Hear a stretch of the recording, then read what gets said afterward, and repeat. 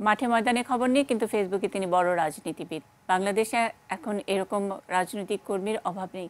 বিশ্লেষকরা বলছেন যে এরকম অবস্থা চলতে থাকলে বাংলাদেশের রাজনীতিরও একটা চড়া মূল্য দিতে হতে পারে। আরাফাত সিদ্দিকীর এই নিউজটি নিয়ে, এই সংবাদ রিপোর্টটি দিয়ে আমরা আমাদের পলিটিক্স প্লাসের এই পর্ব শুরু করতে চাই। আরাফাত সিদ্দিকীর রিপোর্টটি দেখি। সম্প্রতি নিজের ফেসবুক পেজে আক্ষেপ ভরা একটি স্ট্যাটাস দিয়েছিলেন কেন্দ্রীয় ছাত্রলীগের সাধারণ সম্পাদক এস.এম. জাকির হোসেন। তিনি লিখেছেন, যারা ফেসবুকে বেশি সরব তাদের অধিকাংশই বাস্তব রাজনীতিতে ঠিক ততটাই নিষ্ক্রিয়। অনেক ক্ষেত্রে ব্যক্তিগতভাবে তাদের কেউ কেউ মিছিল মিটিংয়ে অংশ নিলেও তা মূলত ছবি তোলা ও সেলফি তোলাতেই সীমাবদ্ধ। এদের সঙ্গে মাঠের কর্মীদের যোগাযোগ প্রায় শূন্য, এমনকি মাইনাসে গিয়েও ঠেকে। জাকির হোসেনের এই আক্ষেপ যেন এখন সারা বাংলাদেশের রাজনীতির বাস্তব চিত্র। যারা মাঠের রাজনীতিতে একসময় সরব ছিলেন, এই ফেসবুক রাজনীতির দৌরাত্ম্যে তারাও যেন পিছিয়ে পড়ছেন। নিউ কামার, হাইব্রিড, এই বিষয়গুলো আমাদেরকে বিঘ্নিত করছে। হাইব্রিড, নিউ কামার এগুলিকে অ্যাভয়েড করে মিছিলে মিটিংয়ে উঠে আসা মানুষগুলিকে সমস্ত জায়গায় সুযোগ করে দিতে হবে। এটা সকল শ্রেণী পেশার মানুষ এর দায়িত্ব, সকলের দায়িত্ব।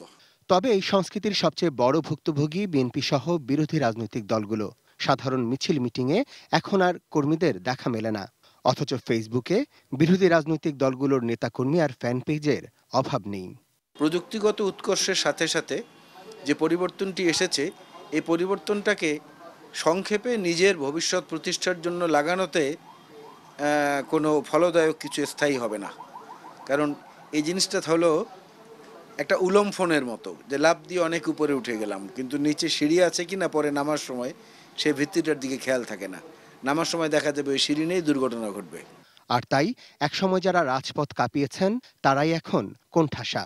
মাঠের এই রাজনীতিবিদরা বলছেন, এই অবস্থা চলতে থাকলে চড়া মূল্য দিতে হবে রাজনৈতিক দলগুলোকে। Arafat Siddiqui, ATN news, Dhaka. সহকর্মী একটু মৃন্ময়ের কাছ থেকে শুনে নিতে চাই যে মাঠের অবস্থা কি সত্যি সত্যি এরকম কিনা। আমরা তো ঢাকার অবস্থা দেখালাম।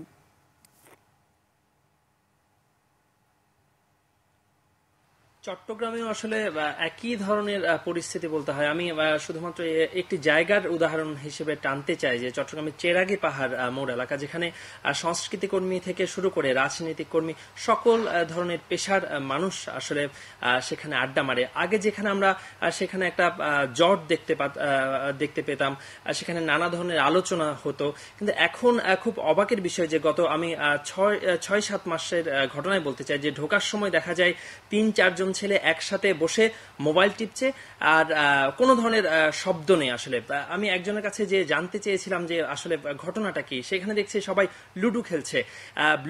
ব্লুটুথের মাধ্যমে আসলে মূলত তারা লুডোটা খেলছে।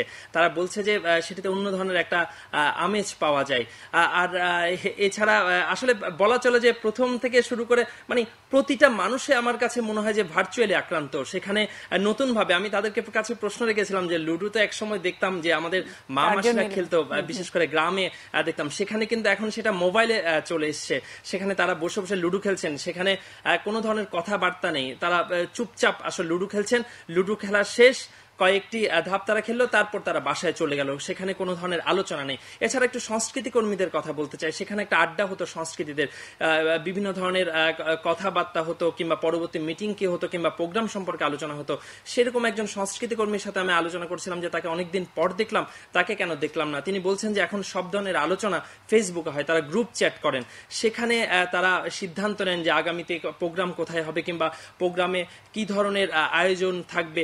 সবকিছু আসলে বলা চলে যে আমরা অনেকটা ভার্চুয়ালি আক্রান্ত হয়ে পড়ছে। এছাড়া এখন তরুণ তরুণীরা তাদের পড়ালেখা, যেটা গ্রুপ স্টাডি করা হতো আগে, তারা ক্লাসে গিয়ে কিন্তু একসাথে বসে গ্রুপ স্টাডি করতো, এখন কিন্তু সেটা ফেসবুকে মেসেঞ্জারের মাধ্যমে তারা গ্রুপ স্টাডি করে।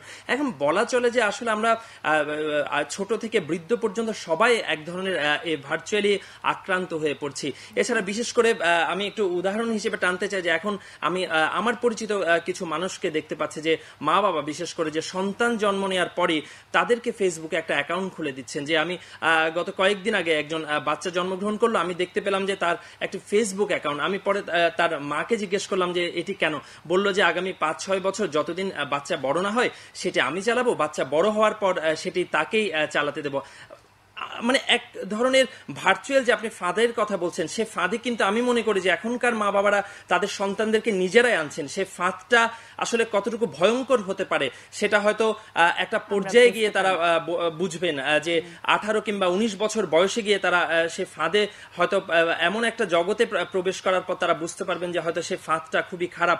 কিন্তু আমার কাছে মনে হয় এইসব ব্যাপার নিয়ে মা বাবাদেরকে একটু সচেতন হওয়া দরকার। আসলে ফাঁদ কিনা এবং আসলেই ভয়ঙ্কর কিনা সেটা আসলে নিশ্চয়ই সময়ের আমরা কত মূল্যে আমরা বুঝবো সেটা আমরা জানি না। কিন্তু আপনি বললেন লুডো খেলার সবচেয়ে মধুর জায়গাটি হলো যে একটু চুরি করবে, তারপরে এটা নিয়ে হইচই হবে, একটা মিষ্টি একটা ইন্টারাকশন, টাচ আমরা বলি, নিশ্চয়ই গীতি আপা এটাকে বলবেন যে যে স্পর্শ কমিউনিকেশন। আমরা তো হ্যান্ডশেক করে বুঝতে পারি যে আমরা কতটা পজিটিভ অথবা নেগেটিভ ইত্যাদি, সেটা সেই জায়গা থেকে চলে যাচ্ছি। কথা বলার তো কোনো সুযোগই নেই। আমরা আসলে বেশি বেশি কথা না বললে আমাদের যে স্ট্যামার করি, আমরা ঠিক করে কথা বলতে পারি না, সেটারও তো একটা প্র্যাকটিস দরকার। আমরা তো কথা বলাও বোধহয় ভুলে যাচ্ছি। এই কমিউনিকেশন স্কিলগুলো আমাদেরকে অনেকখানি হারিয়ে যাচ্ছে এইসব ভার্চুয়াল জগতে থাকার জন্য। আচরণ জানা নেই, সেই কথাটি ঘুরে ফিরে এসছে গীতিয়ারা নাসরিনের কথা থেকে। আমি আবার একটু সংযুক্ত হতে চাই ফারহানা আজিম শিউলির সঙ্গে। একটু ক্ষমা প্রার্থী ফারহানা আজিম শিউলি, ভুলবশত নামটি ফারজানা ইসলাম শিউলি হয়েছে। যাই হোক, নামে কি যায় আসে, আমরা সকলে আপনাকে চিনি, আপনি ঢাকা বিশ্ববিদ্যালয়ের শিক্ষক। এবং ফারহানা আজিম শিউলির কাছ থেকে একটু শুনে নেই, আচরণ জানা নেই, সেই আচরণটি আসলে কি, এটার একটা মানে গুড প্র্যাকটিস, সেই জায়গাটা আপনি বলতে চেয়েছিলেন। হ্যাঁ, আমি আসছি এই কথায়। আমি একটু নাজমুল সাহেব যেটা বলেছেন যে উনি বিভিন্ন মাধ্যমের কথা উল্লেখ করেছেন এবং গীতি আপা বলেছেন যে পশ্চিমের বন্ধুদের তিনি দেখেছেন যে তাদের অতিরিক্ত বাইরের কেউ থাকে না। এটা কিন্তু খুবই একটা সিগনিফিকেন্ট এই পয়েন্টটা। এবং এর সাথে কিন্তু জড়িত আছে যে বাংলাদেশে কেন টুইটারটা জনপ্রিয় হয়নি, কারণ খুব সংক্ষেপে খুব ব্রিফলি নিজেকে উপস্থাপনের বিষয়, হ্যাঁ, এই ব্যাপারটা ঠিক আমাদের সাথে যায় না। তো এই কারণে দেখা যায় পশ্চিমে আপনার সবচেয়ে জনপ্রিয় ফেসবুক এখনো, কিন্তু এর সাথে খুব পাল্লা দিয়ে কিন্তু আছে টুইটার। আর ল এনফোর্সমেন্ট এজেন্সির কাছে সবচেয়ে জনপ্রিয় ফেসবুক মেসেঞ্জার, এবং তারপর হচ্ছে ইউটিউব, এটা কিন্তু একটু অন্যরকম হয়তো। আচ্ছা, তো ইয়েতে আসছি, গীতি আপা যেটা বললেন যে ব্যক্তিকে তার বিকাশের একটা পরিসর তৈরি করে দিয়েছে ফেসবুক, নিশ্চয়ই দিয়েছে। এবং আমাদের ফোনে যিনি বললেন যে একেবারে বন্ধ করে দেয়া হোক, তো গীতি আপার কথাতে এসছে যে জিনিসটা আসলে গ্রে, সাদা বা কালো হওয়ার কোনো সুযোগ নেই। একদিকে যেমন ব্যক্তির পরিসরটা অনেক উন্মুক্ত করে দিয়েছে, একই সঙ্গে ওই যে সেই পরিমিতির কথা আসছে, যেমন সম্প্রতি খানাতাকে নিয়ে একটা বিতর্ক চলছে। আমি সেই বিষয়টা আনবই না যে পক্ষে বিপক্ষে, সেগুলো অনেক পরের বিষয়। আমরা কতটুকু পরিশীলিত ভাবে আসলে হ্যান্ডেল করতে পারছি জিনিসগুলোকে। বিরাট বড় বড় মানুষকে আমরা কি বলে ফেলছি কিবোর্ডে, যে মানুষগুলোকে আমরা কোনদিন জন্মদিনের শুভেচ্ছা জানানোর হয়তো আমাদের সুযোগ হয়ে উঠতো না, তারা আসলে অনেক বড় বড় মানুষ। আমি এখানে খানাতার কথা বলছি না, আমি নাসিরুদ্দিন ইউসুফ বাচ্চুর কথাও বলছি। আমাদের ভাষার যে পরিমিতি, বোধের জায়গাটুকু, আচরণের এই জায়গাগুলো, আমি না এই জিনিসটাকে একটু যুক্ত করতে চাই আমাদের বাঙালির বা বাংলাদেশিদের, আমাদের যে আত্মপরিচয় সংকট, ওই জায়গাটার সাথে আমার কেন যেন মনে হয় যে 40-এর সেই উত্তাল সময় থেকে আপনার 47-এর যে ভাগ, এবং তারপর যে 71-75, আমি যদি বড় বড় ল্যান্ডমার্ক ধরে আপনি দেখবেন আমাদের সঙ্গীতে গীতি কবিরা উধাও হয়ে গেছে। সব জায়গাতেই কিন্তু একটা ভালো খরা আছে, কিন্তু প্রযুক্তির অনেক অ্যাভেলেবিলিটির পরেও।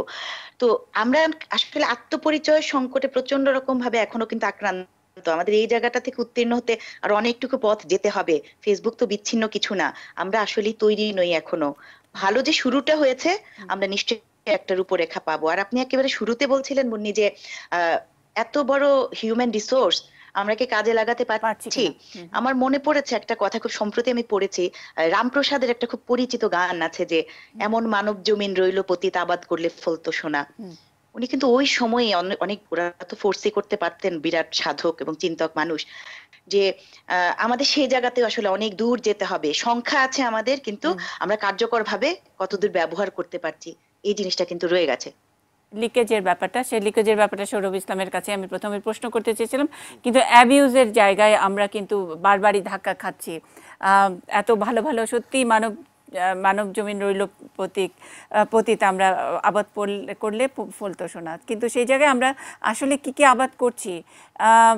ক্রাইম যারা করছেন তারা কিন্তু ফেসবুকের জায়গায় অনেক কিছু আবাদ করে ফেলছেন। আমরা ইমরান হোসেনের সুমনের রিপোর্টটি দেখে যেতে চাই নাজমুল ইসলামের কাছে। বাংলাদেশের সামাজিক যোগাযোগ মাধ্যম বিশেষ করে ফেসবুকে অপরাধ ও প্রতারণার শুরুটা হয়েছে বিদেশি সংঘবদ্ধ চক্রের হাত ধরে। শুধু ফেসবুক নয়, বিভিন্ন অ্যাপস ব্যবহার করে টার্গেট ধরে অপরাধের ঘটনা বাড়ছেই। এমন অবস্থায় আইনশৃঙ্খলা রক্ষাকারী বাহিনীর কর্মকর্তারা বলছেন, যারা ফেসবুক ব্যবহার করছেন তাদেরই সচেতন হওয়াটা খুব জরুরি। ফেসবুক যেহেতু এখন প্রচলিত হয়ে গেছে বেশি, আমরা বাজ বিচার না করেই কিন্তু রিকোয়েস্ট গ্রহণ করে থাকি এবং রিকোয়েস্ট গ্রহণ করে খুব কম সময়ের মধ্যেই আমরা খুব ঘনিষ্ঠ হয়ে যাই এবং ঘনিষ্ঠ হওয়ার এক পর্যায়ে আমরা ব্যক্তিগত অনেক তথ্য বিনিময় করে থাকি। তাকে না চিনেই কিন্তু আমরা খুব সংবেদনশীল তথ্য, পিকচার আদান প্রদান করে থাকে। এক সময় তারা ব্ল্যাকমেলের শিকার হয় এবং দেখা গিয়েছে যে এতে তো একটা প্রতারণার একটা কৌশল। গত বছরের ফেব্রুয়ারি ও মার্চ মাসে র্যাব ফেসবুক সহ বিভিন্ন সামাজিক যোগাযোগ মাধ্যমে প্রতারণা ও অপরাধে জড়িত আন্তর্জাতিক প্রতারক চক্রের 17 সদস্যকে আটক করেছে, যাদের অপরাধে ক্ষতিগ্রস্ত হয়েছেন খুলনায় বসবাসরত বেসরকারি প্রতিষ্ঠানের চাকরিজীবী নারী, বঙ্গবন্ধু শেখ মুজিব মেডিকেল বিশ্ববিদ্যালয়ের নারী চিকিৎসক, রাঙামাটির একটি প্রাথমিক বিদ্যালয়ের শিক্ষিকা সহ অনেকেই। বা তাদের টার্গেট হচ্ছে যে সচ্ছল শিক্ষিত মহিলা যারা সহজেই এই ধরনের বিদেশ থেকে একটা পার্সেল আসতে পারে বলে যারা অনুমান করতে পারে। এসব অপরাধে জড়িতদের বিরুদ্ধে ধারাবাহিকভাবে অভিযানও অব্যাহত আছে বলে জানিয়েছেন র্যাবের আইন ও গণমাধ্যম শাখার পরিচালক। ফ্রেন্ড যারা হবে ফেসবুকে, অবশ্যই এমন কোনো তথ্য এখানে আদান প্রদান করা উচিত না যেখানে ভবিষ্যতে ব্যক্তির নিরাপত্তা বিঘ্নিত হতে পারে। শুধুমাত্র এমন অপরাধ কর্মকাণ্ডই নয়, রাজধানীর বনানীতে 2 তরুণীকে হোটেলে ডেকে নেওয়ার আগে ও পরে সামাজিক যোগাযোগ মাধ্যম ব্যবহার করেছিল অপরাধীরা। সম্প্রতি প্রযুক্তির নতুন সর্বনাশ ব্লু হোয়েল গেমসের কথাও সবার জানা। সবশেষ গেল সপ্তাহে রাজধানীর পশ্চিম কাজীপাড়ায় সায়েম দেওয়ান নামে এক কিশোরের আত্মহননও ভাবিয়ে তুলছে সবাইকে। সেই সঙ্গে এটিকে ঘিরেও গড়ে উঠেছে প্রতারণার নতুন খবর। এখন শুনলাম যে নতুন যেটা আমি ক্রাইম ব্লু হোয়েল একটা ধরনের ক্রাইম। এটা কেমন যে রাত 3টা-4টার দিকে ফোন দিয়ে বলছে যে আমি ব্লু হোয়েল, টাকা দাও, বিকাশ এত টাকা, না হলে তোমার মোবাইলে ঢুকে যাবে। কণ্ঠটা একটু ভারী করে বলা, তো এটা ওই জিনের বাচ্চার মতো একটা নতুন একটা ধরনের প্রতারণার রকম। তথ্য প্রযুক্তির অপরাধ নিয়ন্ত্রণে যুক্ত কর্মকর্তারা বলছেন, সামাজিক যোগাযোগ মাধ্যম দিয়ে মানুষকে হয়রানির ঘটনা বেড়ে গেছে অনেকাংশে। এমন অবস্থায় এই বিষয়টিকে সবচেয়ে অগ্রাধিকারে রেখে প্রতিরোধের ব্যবস্থা নেওয়া খুব দরকার। সবচেয়ে বড় ভয়ঙ্কর সেটা হলো যে হয়রানির মধ্যে বড় হয়রানি যৌন হয়রানি। আর যৌন হয়রানির বড় যারা এখানে ভিক্টিমাইজ হচ্ছে তারা হচ্ছে টিনেজাররা, ছোট বাচ্চা মেয়েরা যারা 7-8-এ পড়ে বা এখান থেকে শুরু করে ইন্টারমিডিয়েট পাস করেছে বা অনার্স ফার্স্ট ইয়ারে পড়ে, এই রেঞ্জের মেয়েগুলো বেশি ভিক্টিম হচ্ছে। এটা ইমোশনাল থাকে, প্রেম যখন করে তখন না বুঝে অনেক সময় ছবিটি পাঠায় দেয়, তো এগুলো দিয়ে পরে তাদেরকে ভিক্টিমাইজ করা হয়। পাশাপাশি শুধু এটাও না, অন্যকে হেয় করার জন্য কারো হয়তো মত নেই বা কেউ জানেই না, তার ফেসবুক আইডি খুলে তার সঙ্গে কিছু এডিটেড ছবি দিয়ে তাকে সামাজিকভাবে হেয় করার জন্য অনেক ধরনের পন্থা অবলম্বন করা হচ্ছে। Imran Hossain Suman, ATN news, Dhaka. আমরা আসলে আচরণ জানি না, কিন্তু প্রতারণার সকল ফাঁদ এখানে পাতা যায় এবং এটা যে খুব সহজ সেটা কিন্তু জানা হয়ে গেছে। নাজমুল, একটু আপনি আপনার অভিজ্ঞতা বলবেন, এবং এখানে ফেক আইডি একটা বড় ইস্যু, সেখান থেকেই এই ধরনের আমরা আপনার কথাও শুনলাম। সেগুলো নিয়ন্ত্রণ করার জন্য কি কোনো আসলে ব্যবস্থা নেওয়া যায় যে সত্যি 18 বছর বয়স হলে তারা একটা ফেসবুক আইডি খুলতে পারবে এবং এই যে ফেক নাম, মিথ্যা নাম, সেটা তারা ব্যবহার করতে পারবে না, এরকম কোনো প্রয়োজনীয়তার কথা আপনারা উপলব্ধি করেছেন কিনা আপনি এই অপরাধগুলো যে কমপ্লেন্ট শুনতে গিয়ে? যে এই ধরনের, তো এটা প্রাযুক্তিক বিষয় না। আমি কোন বয়সে ফেসবুক খুলব বা ব্যবহার করব, এটা একেবারেই সোশিও সাইকোলজিক্যাল ইস্যু। এটা গার্জিয়ানরা আছে, টিচার্স আছে, সামাজিক বিভিন্ন এন্টিটি আছে, সেখান থেকে শেখার বিষয়। আর এখানে এমন কোনো আইনও নেই। আর ফেসবুক ইটসেলফ তাদের একটা কমিউনিটি স্ট্যান্ডার্ড আছে, সেই কমিউনিটি স্ট্যান্ডার্ডে কখনো এটা বলাও হয় না যে আমি 17 বছর 11 মাস 30 দিন পারবো কিনা বা 18 হলেই পারবো কিনা। তো এটা নিয়ে আমরা কথা বলতে পারি, আমরা ফেসবুকের সঙ্গে আমরা কথা বললেই যে আমার কথা শুনবে এমনটাও না, বাট এটা একটা আহ্বান থাকবেই আমাদের, ইন্টারনেটটাকে নিয়ন্ত্রণ করা যায় কিনা, বিশেষ করে যারা টিনেজাররা আছে তাদের জন্য। আমি এটা অন্যভাবে ভাববো, একটু টপ ডাউন অ্যাপ্রোচে না গিয়ে আমরা বটম আপে যাই। কারণ ইন্টারনেট ব্যবহার করার জন্য আমার সবচেয়ে বড় দরকার হলো ব্রডব্যান্ড লাইন অথবা ডাটা। তো মোস্ট বাসাতেই এখন দেখা যায় যে ব্রডব্যান্ড লাইন আছে। তো সেক্ষেত্রে ব্রডব্যান্ড লাইনের যে পাসওয়ার্ডটা আছে বা সেখানে যে রাউটারটা আছে, সেখানে আমি যদি কোনো রোল বা কোনো একটা সিস্টেম ডেভেলপ করে দেই যাতে আমার রাত 11টার পর থেকে বাকি সময়টা চলবে না, তাহলে আর বাকি সময়টা যখন ফেসবুক ব্যবহার করবে কি করবে না, সেক্ষেত্রে আমি একটু গার্জিয়ান হিসেবে একটু ওভারসি করা আমার ছেলে মেয়েদেরকে। আর বাসার কম্পিউটারটা অবশ্যই রাখা উচিত হয় বসার রুমে অথবা গার্জিয়ানের শোয়ার রুমে, যেখানে বাচ্চারা সেখানে ইউজ করতে পারবে, নিজস্ব রুমে দিয়ে রাখা যাবে না, আর রাখলেও সেখান থেকে ইন্টারনেটটা সরাই নিতে হবে। তো এটা হলো আমার বটম আপ অ্যাপ্রোচ। আর টপ ডাউন অ্যাপ্রোচ বলতে গেলে এখানে ফেসবুক বা জায়ান্টরা আছে, গুগল বা এরা আছে, এরাও তো সামাজিক এন্টিটি। তো সামাজিক এন্টিটির একটা সমাজের বিভিন্ন মিথস্ক্রিয়া হয়, এই মিথস্ক্রিয়াতে অন্যান্য এন্টিটিগুলো কীভাবে রিয়াক্ট করছে তার অবশ্যই তাদের গবেষণা আছে, তাদের বোঝাপড়াও আছে। অতএব এখানে একটা ছোট বাচ্চা বড় বাচ্চা এটাকে পার্থক্য করাটা আইন শৃঙ্খলা বাহিনীর ক্ষেত্রে খুব টাফ। এটা ফেসবুককেই বুঝতে হবে, অথবা সমাজে যারা অন্যরা আছে, টিচার, গার্ডিয়ান অথবা সামাজিক যারা বন্ধুরা আছে, তারাই বলতে পারবে। এক্সেলেন্ট, ফেসবুককেই বুঝতে হবে। সেই ক্ষেত্রে সৌরভ ইসলাম, আমরা যেটা আপনি একটু আগে বলছিলেন যে পপুলেশনের কথা, আমরা তো সংখ্যায় অনেক বেশি, সুতরাং আমাদের তো জোরও বেশি। ফেসবুক যদি বা এই ভার্চুয়াল মিডিয়াটা, এটা একটা প্রোডাক্ট, এবং এই প্রোডাক্টটা আমরা সবচেয়ে বড় অন্যতম কনজিউমার। তো কনজিউমারের তো একটা রাইট থাকে, সেই রাইটটা নিয়ে কি আমরা কখনো লড়াই করতে পারি? যেটা নাকি নাজমুল ইসলাম বলছিলেন যে একটা তো হলো যে গার্জিয়ানরা তাদের বাচ্চাদেরকে দেখবে, তার কম্পিউটারটা তার চোখের সামনে রাখবে ইত্যাদি, এইসব সারাদিন, এটা তো আরেকটা নতুন ধরনের কাজ হয়ে গেল অভিভাবকদের। তার বাইরে যে কর্তৃপক্ষ যারা এই প্রোডাক্টটা আমাদেরকে বিক্রি করছে, তাদের সঙ্গে কি আমরা কোনো বার্গেনিং করতে পারি কিনা এই বিষয়টা নিয়ে, সেই ভয়েসটা আমরা তৈরি করেছি কিনা? জি আপা, আমরা অবশ্যই করেছি। ইনফ্যাক্ট আমি যেটা খুব গর্বের সাথে বলতে চাই এবং খুব জোরে সোরেই বলতে চাই যে হ্যাঁ, আমরা করেছি। আপনি যেটা শুরুতেই বললেন যে আমরা one of the largest population for Facebook. আর দিনের শেষে আমি একটু বলে রাখতে চাই, ফেসবুক একটা ব্যবসা, it's a business itself. So ওনারাও ব্যবসাটাকেও দেখবেন, অবশ্যই সোশ্যাল ফ্যাক্টরটাকেও দেখবেন। আমার প্রশ্নটা এটাই ছিল যে ফেসবুক ব্যবসা, এবং যারা ব্যবসা করছেন তারা কিন্তু আমাদের সাইজটা জানেন। এই সাইজ নিয়ে আমাদের তরফ থেকে, যারা, আমি গভর্নমেন্টের তরফ থেকেই বলছি যে তারানা হালিম, তিনি কি নেগোসিয়েশন করতে পারেন যে আপনারা যদি আমাদের এইসব ক্রাইটেরিয়া ফুলফিল না করেন, আমাদের বাংলাদেশে আমরা বন্ধ করে দিব? আমরা কি এইটা এই ভয়েসটা রেইজ করতে পারি কিনা? জি আপা, অলরেডি করেছেন। আমি ইনফ্যাক্ট আমরা এইজন্য, কিন্তু আমি জানি উনি করেছেন, কিন্তু ওনার কথায় পাত্তা দেওয়া হয় নাই। না, ওনার কথা একদমই কোনো এটার কোনো এই বিষয়ে আমি আপনার সাথে আসলে একমত হতে পারছি না আপা। এখানে পাত্তার বিষয়টা একদম না, কারণ ফেসবুক থেকে ডাটা পাচ্ছি আমরা তিনটা ক্ষেত্রে ডাটা ইনস্ট্যান্ট পাই। আমি আবারও বলছি, ইমিডিয়েট লাইফ থ্রেট, তারপরে জঙ্গিবাদ, পর্নোগ্রাফি, যেটা খুবই খুবই জরুরি হয়ে দাঁড়ায়। তো ইমার্জেন্সি ডিসক্লোজারের ক্ষেত্রে ফেসবুক, গুগল আমাদেরকে হেল্প করছে, বাট অন্যান্য ক্ষেত্রে হেল্পের যে রাউন্ড ট্রিপটা অনেকটা স্লো হয়ে যায়। হয়তোবা এটা আমাদের প্রতি কনসার্ন কম, অথবা তাদের কাজের চাপটা বেশি। মানে এইগুলার বাইরে কি আমাদের আসলে হ্যারাসমেন্টের কি আর কোনো সংজ্ঞা নাই? আরো অনেক ঝামেলা এটার মধ্যে পড়ছি। ভালো জিনিস হচ্ছে, সব ভালো জিনিস হচ্ছে, কিন্তু এই কারণেই আমরা চাই না বন্ধ হোক। কিন্তু এটার নিয়ন্ত্রণের অন্যান্য যে মেয়েদেরকে হ্যারাসমেন্ট করা হচ্ছে, এটা আমরা টিনেজারদেরকে আমরা কিভাবে বাঁচাবো? লুডো খেলা, এটা নিয়ে মানে এক ধরনের জুয়া খেলা হচ্ছে, নিশ্চয়ই আমরা জানি। ব্লু ওয়েল, প্রতারণা হচ্ছে।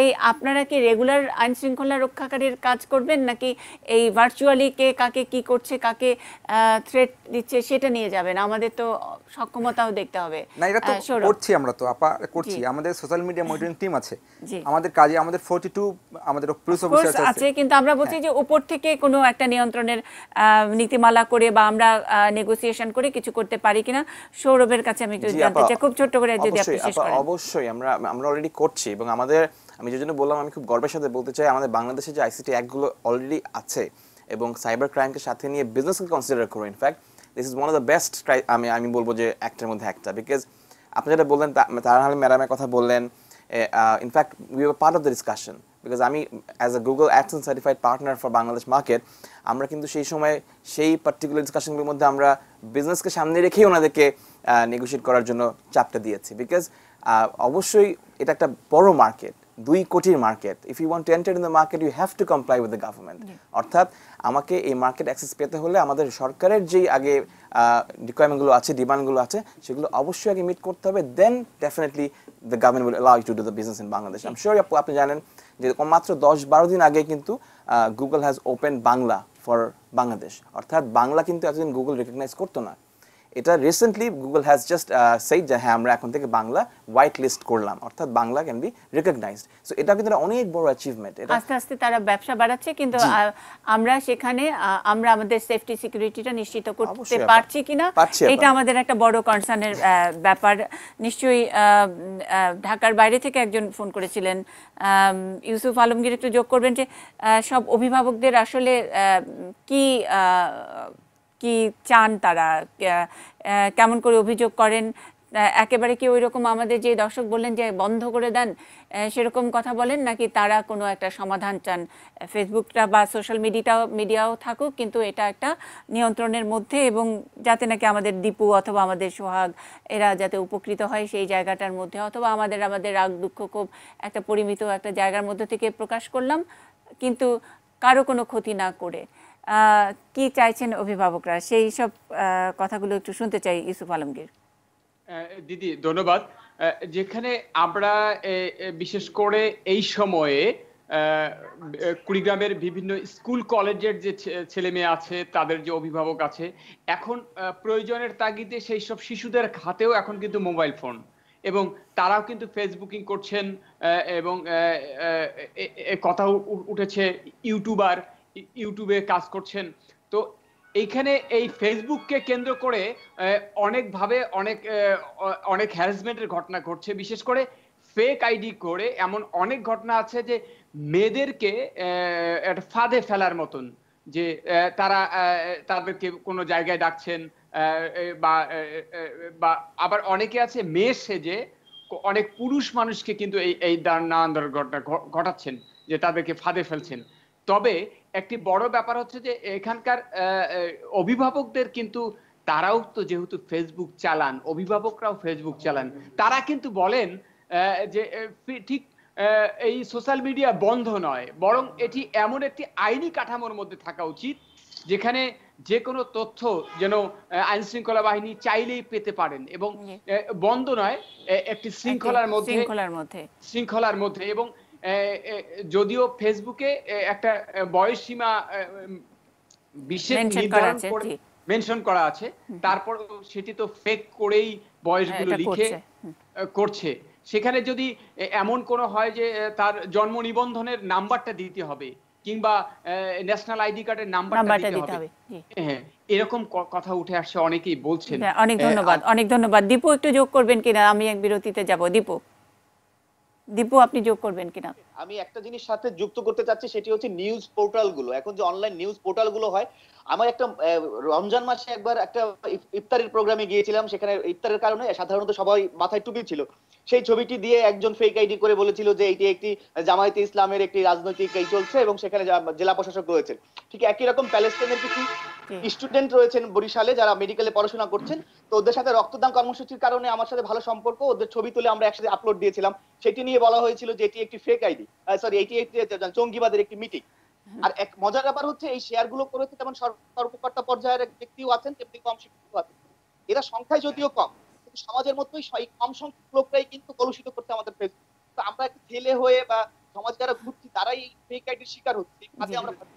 নানা রকমের হ্যারাসমেন্টের শিকার, এবং সেটার আসলে নিয়ন্ত্রণটা কি, শৃঙ্খলা আইনি কাঠামো সেটা থাকা উচিত। আপনি তো শুধু ফেসবুক নয়, আপনি বলছেন অনলাইনগুলো, সেটাও এক ধরনের অন্যভাবে এসে আমাদের ঘাড়ের উপরে চড়াও হচ্ছে, নানান জানা অজানা অনেক অনলাইন, সেটার কথা বলছিলেন দীপু নিশ্চয়ই। আর শেষ লাইন কিছু বলবেন কিনা?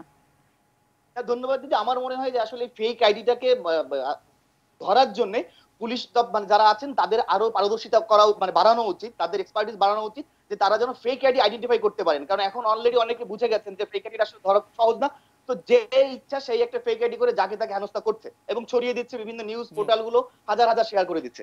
আমরা এইখান থেকে তার মানে আপনারা চাচ্ছেন যে পুলিশি ইন্টারভেনশন, কিন্তু মাঝখানে অনেক সময় পার হয়ে যায় এবং ফেক আইডির কারণে অনেক রকমের আমরা খুব ভয়াবহ পরিণতি এবং অনেক খারাপ ঘটনার মুখোমুখি হই, তখন কিন্তু সময় থাকে না। ফেক আইডি ধরতে হয়তো পুলিশের 2 দিন 3 দিন বা হয়তো 2 ঘন্টাও লাগে। এর মধ্যে যেগুলো হয় সেটা অনাকাঙ্ক্ষিত। সেটার জন্য আসলে একেবারে কর্তৃপক্ষ যারা বাংলাদেশে যে কে ব্যবসা করছেন তাদের সঙ্গে আমাদের আসলে বোঝাপড়াটা দরকার কিনা নিশ্চয়ই শিউলি যোগ করবেন। আমরা গীতিয়ারা নাসরিনের কাছেও শুনবো। একটা ছোট্ট বিরতিতে যাই, বিরতির পরে এসে শুনছি।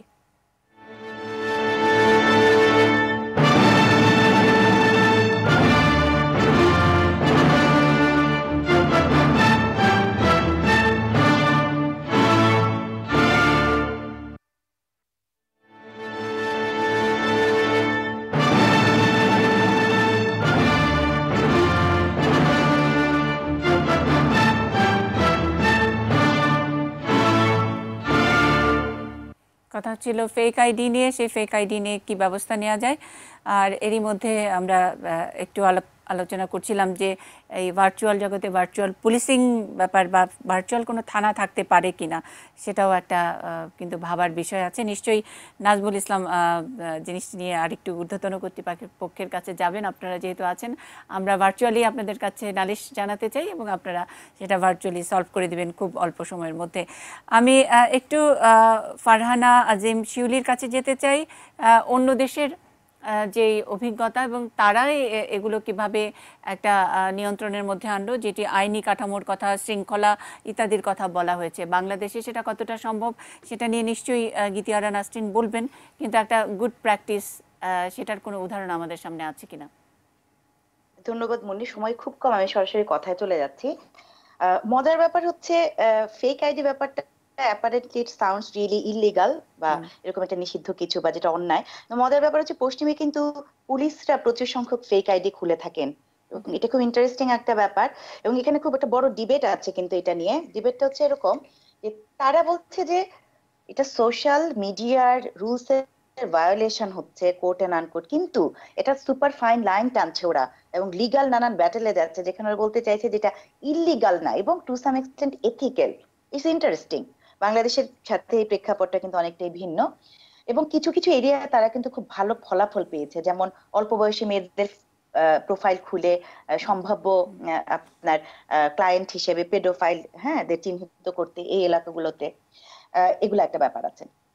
এটা নিয়ে ডিবেটটা আছে এবং এটা বারবার হচ্ছে। আর এখানে আরেকটা তথ্য আছে, সেটা হচ্ছে আপনাদের আলোচনা অনেকবার এসছে যে ফেসবুক কতটুকু সহযোগিতা করছে। আপনি তারান্না হালিমের কথা এনেছেন। এক্ষেত্রে বলতে যে পশ্চিমে ফেসবুক মোটামুটি সহযোগীর ভূমিকা আছে, কিন্তু টুইটার কিন্তু অনেক স্ট্রিক্ট। যেমন অকুপাই ওয়াল স্ট্রিটের একজন প্রোটেস্টারের ডিটেল চাওয়া হয়েছিল, তারা কিন্তু প্রোভাইড করেনি, তাদের শর্তের সাথে মেলেনি দেখে।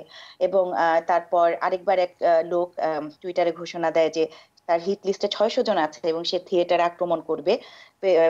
পুলিশ কর্তৃপক্ষ চায় তাদের কাছে তথ্য এবং বলে যে আইডেন্টি শনাক্ত করা হোক, আইডেন্টিটি। কিন্তু টুইটার কর্তৃপক্ষ জানিয়ে দেয় যে এটি ইমিডিয়েট না এবং এটি কোনো সার্টেইন না। এরকম নানান আর কি ফ্লুইড ব্যাপার স্যাপার আছে। এখন পশ্চিমে ঠিক না, আমি একদম স্পেসিফিক্যালি যদি বলি যে মিনেসোটার একটা কেস আছে, অর্থাৎ ফেসবুকের কাছ থেকে দুইভাবে এরা নিয়ে থাকেন, একটা হচ্ছে ওয়ারেন্টের মাধ্যমে, আরেকটা হচ্ছে ইমার্জেন্সি রিকোয়েস্টের মাধ্যমে।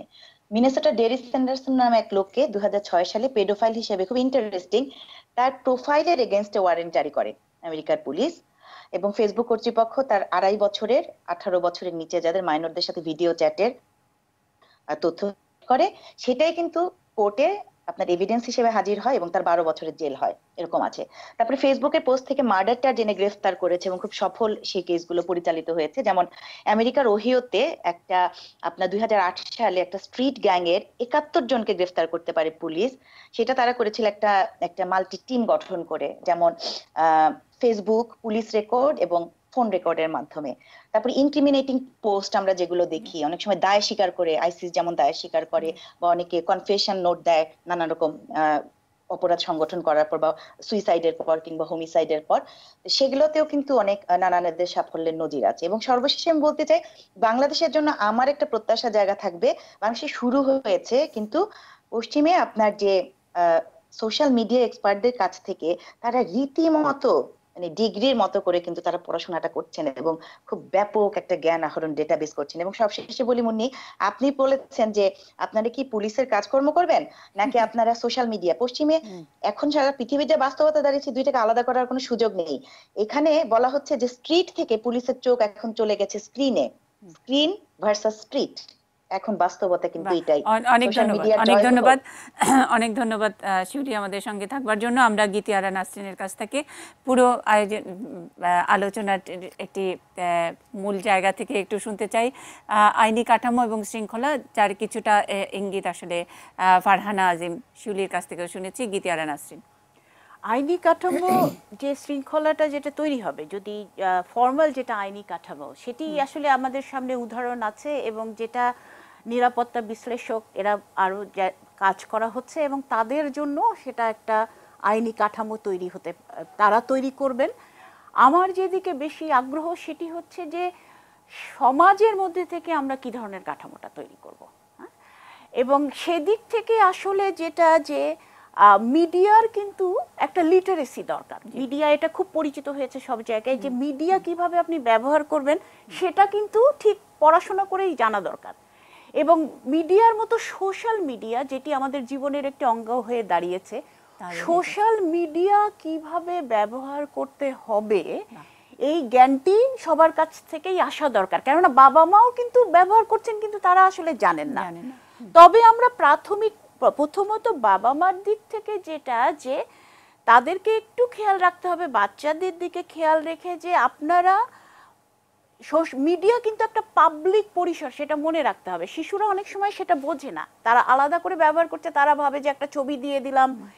ঠিক যেমন আপনি বাইরে যেও না এই কথাটা বলতে পারবেন না, অর্থাৎ পাবলিক পরিসরে আপনার বাচ্চাকে যেতে দিতে হবে, কিন্তু পাবলিক পরিসরে যাওয়ার জন্য নিশ্চয়ই আপনি তাকে কিছু নিয়ম কানুন শেখান, যে সে যার তার সাথে কি কথা বলবে, সে কি যে কোনো ধরনের ছবি আপলোড করবে, সে কি কোথায় যাচ্ছে কি করছে প্রত্যেকটা জিনিসের ট্রেস দিয়ে দেবে, সেটা সে করবে না। এই ধরনের যেমন একটা জিনিস, তেমনি এটা একদমই তো পরীক্ষিত ব্যাপার যে কতক্ষণ আপনি সোশ্যাল মিডিয়ায় দীর্ঘক্ষণ থাকা তার শারীরিক ক্ষতি তৈরি করে, তার পড়াশোনায় ক্ষতি তৈরি করে। কাজেই অবশ্যই এই ধরনের যে নীতিমালা সেটা বাড়িতে প্র্যাকটিস করতে হবে, যে এই সময় সোশ্যাল মিডিয়া ব্যবহার করবে, কতক্ষণ ব্যবহার করতে পারবে, সে সারা রাত সোশ্যাল মিডিয়ায় কাজ করবে কিনা, এই ব্যাপারটা বাড়িতে তৈরি করতে হবে।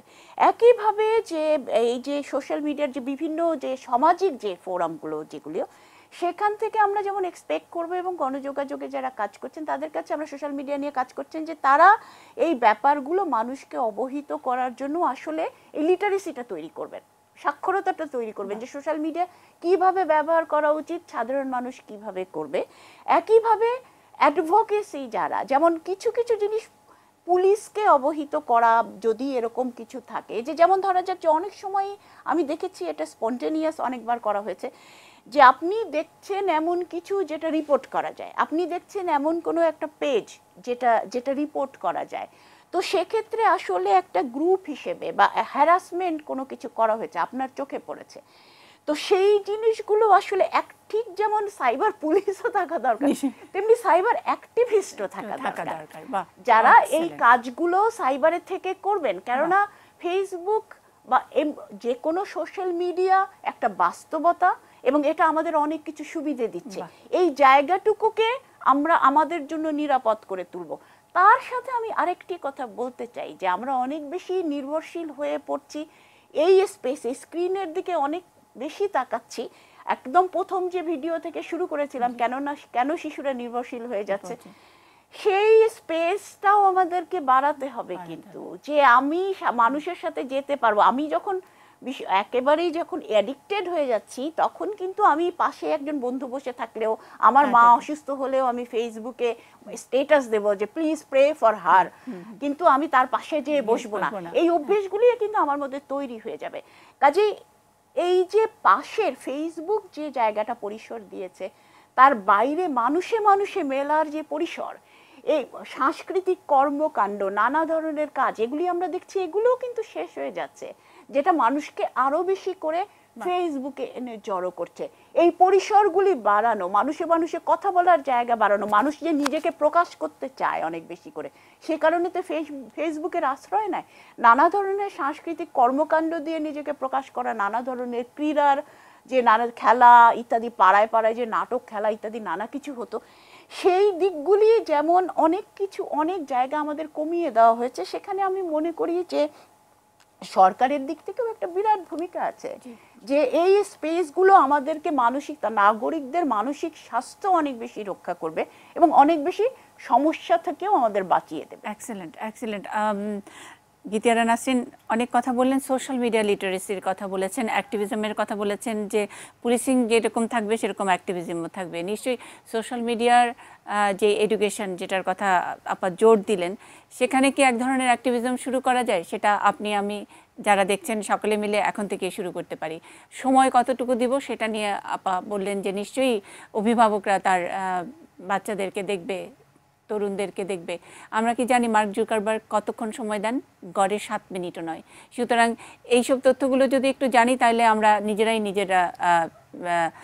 সচেতন হতে পারবো যে এই ভার্চুয়াল যে ফাঁদ, সেই ফাঁদে আমরা ইচ্ছা করে পা দিচ্ছি নাকি আমাদেরকে টেনে নিয়ে যাচ্ছে।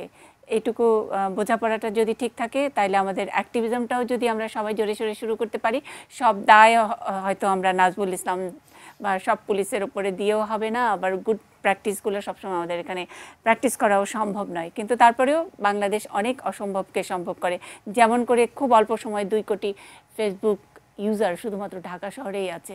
সুতরাং সেই অসম্ভবের দেশে আরও অনেক ভালো ভালো জিনিস সম্ভাবনার হিসেবে থাকবে, সেই প্রত্যাশা নিয়ে আজকে অনুষ্ঠান শেষ করছি। ভালো থাকবেন সবাই।